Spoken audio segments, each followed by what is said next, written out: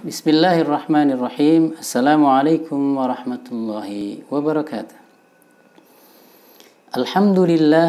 Alhamdulillahil aliyyir rafiqil a'la alladhi khalaqa fasawwa walladhi anzala ma'ad da'i dawa'a faja'ala al-marada wal alama takfiran lis-sayyi'ati wa raf'an lid-darajat liman sabara wa ihtasaba. Ashhadu an la ilaha illallah wahdahu la syarika lah wa ashhadu anna Muhammadan abduhu wa rasuluhul karim. Innahu la'ala khuluqin azim. Azizun alaihi ma'anittum harisun alaikum bil mu'minina raufur rahim. Qala azza min qail fi muhkamit tanzil a'udhu billahi as-sami'il alim minasy syaithanir rajim. Ya ayyuhalladzina amanu taqullaha haqqa tuqatih ولا تموتن إلا وأنتم مسلمون وقال عليه الصلاة والسلام الطاعون شهادة لكل مسلم أما بعد إخوتي في الله أعزني الله وإياكم أجمعين. Rasulullah Sallallahu Alaihi Wasallam memang menyebut dalam sabdanya bahwa at-ta'un itu adalah innahu kana azaban yab'atsuhu Allah ala man yasha. Ta'un dan wabah yang sejenisnya adalah sebagai azab yang Allah kirim untuk mereka yang Allah kehendaki dari kalangan al-kafarah wal musyrikin, adh-dhalamah wal munafiqin.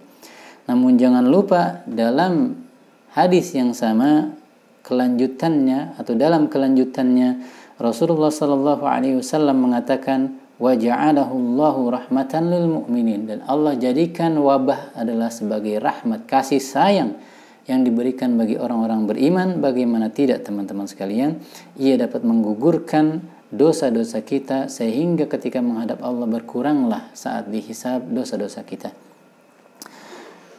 Hal ini diungkapkan dalam sabdanya yang diriwayatkan oleh Al-Imam Al-Bukhari dengan nomor hadis 5734 dari Ibunda Aisyah radhiyallahu taala anha, dan juga dalam riwayat yang lain dari sahabat yang mulia Anas bin Malik diriwayatkan oleh Al-Imam Al-Bukhari dengan nomor hadis 2830. Jelas dan tegas Rasulullah mengatakan bahwa at-ta'unu syahadatun likulli muslim. Ta'un dan wabah sejenisnya merupakan jalan yang Allah bukakan untuk kita meraih gelar syuhada al-akhirah. Nah teman-teman sekalian, dalam video kali ini mari kita membahas satu jawaban dari pertanyaan yang akhir-akhir ini sering mencuat dan mengemuka, khususnya beredar di dunia maya, tentang korban atau jenazah daripada COVID-19. Apakah kita selaku kaum muslimin tetap wajib memiliki kewajiban untuk mensolatinya secara gaib setelah ada yang mensolatinya, ada tim yang sudah ditugaskan?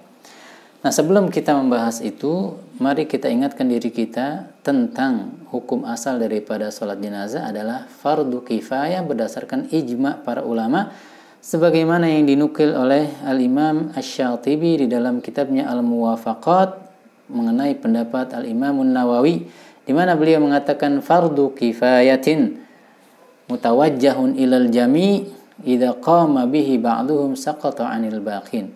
Dia adalah fardu kifayah jika telah ada yang mengerjakan dari kalangan kaum muslimin sebagiannya, maka gugurlah dari sebagian yang lain. Yang kedua, teman-teman sekalian, hukum salat jenazah itu dalam prakteknya harus jenazah itu dihadirkan di hadapan kita, sebagaimana yang dikatakan juga oleh Al-Imam An-Nawawi di dalam Al-Majmu' jilid kelima halaman 252 hingga 253. Beliau berkata, wal jumhur, mayoritas ulama mengatakan, la yajuzu an yusalli alaihi hatta yahduru indahu. Tidak boleh, tidak diperkenankan bagi seseorang untuk mensolati jenazah kecuali kalau dia sudah hadir di hadapannya.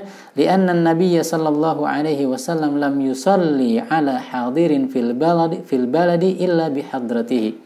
Karena Nabi Muhammad tidak pernah mensolati jenazah yang ada dalam jangkauannya melainkan ia mendatanginya.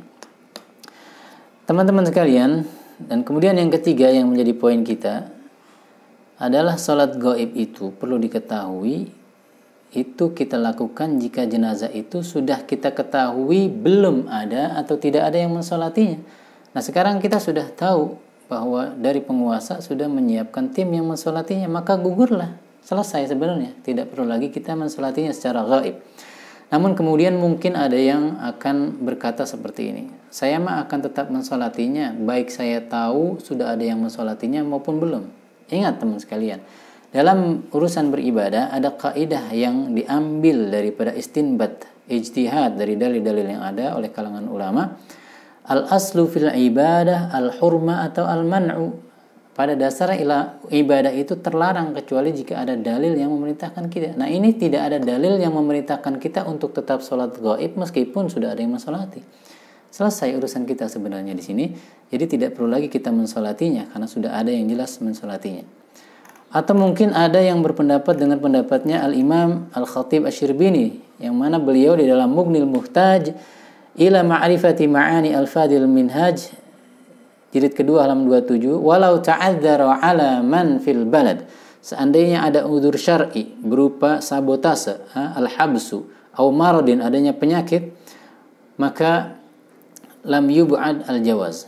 Jadi jika ada jenazah di sebuah wilayah yang mana wilayah itu kita hendak datangi namun ada sabotase atau dalam konteks kita adanya larangan dari pemerintah, maka tidak jauh dari keabsahan untuk kita mensolatinya secara gaib. Betul.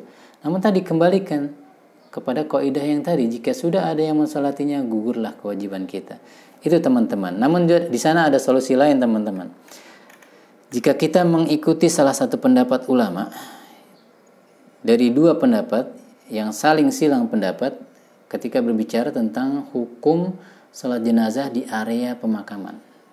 Jika di sana ada korban jenazah COVID-19 sudah dimakamkan, lalu kita mempunyai kesempatan untuk hadir di hari yang sama untuk mensolatinya di area pemakaman, maka menurut pendapat yang satu di antara dua silang pendapat itu, boleh kita mensolatinya. Ini solusi bagi kita yang ingin tetap mensolati jenazah. Dan itulah nanti materi mungkin yang akan kita bahas pada video selanjutnya mengenai silang pendapat di kalangan ulama mengenai hukum salat jenazah di area pemakaman setelah jenazah dikuburkan. Demikian yang dapat kita sampaikan, mudah-mudahan bermanfaat. Barakallahu fikum, wallahu ta'ala alam bisawab. Assalamualaikum warahmatullahi wabarakatuh.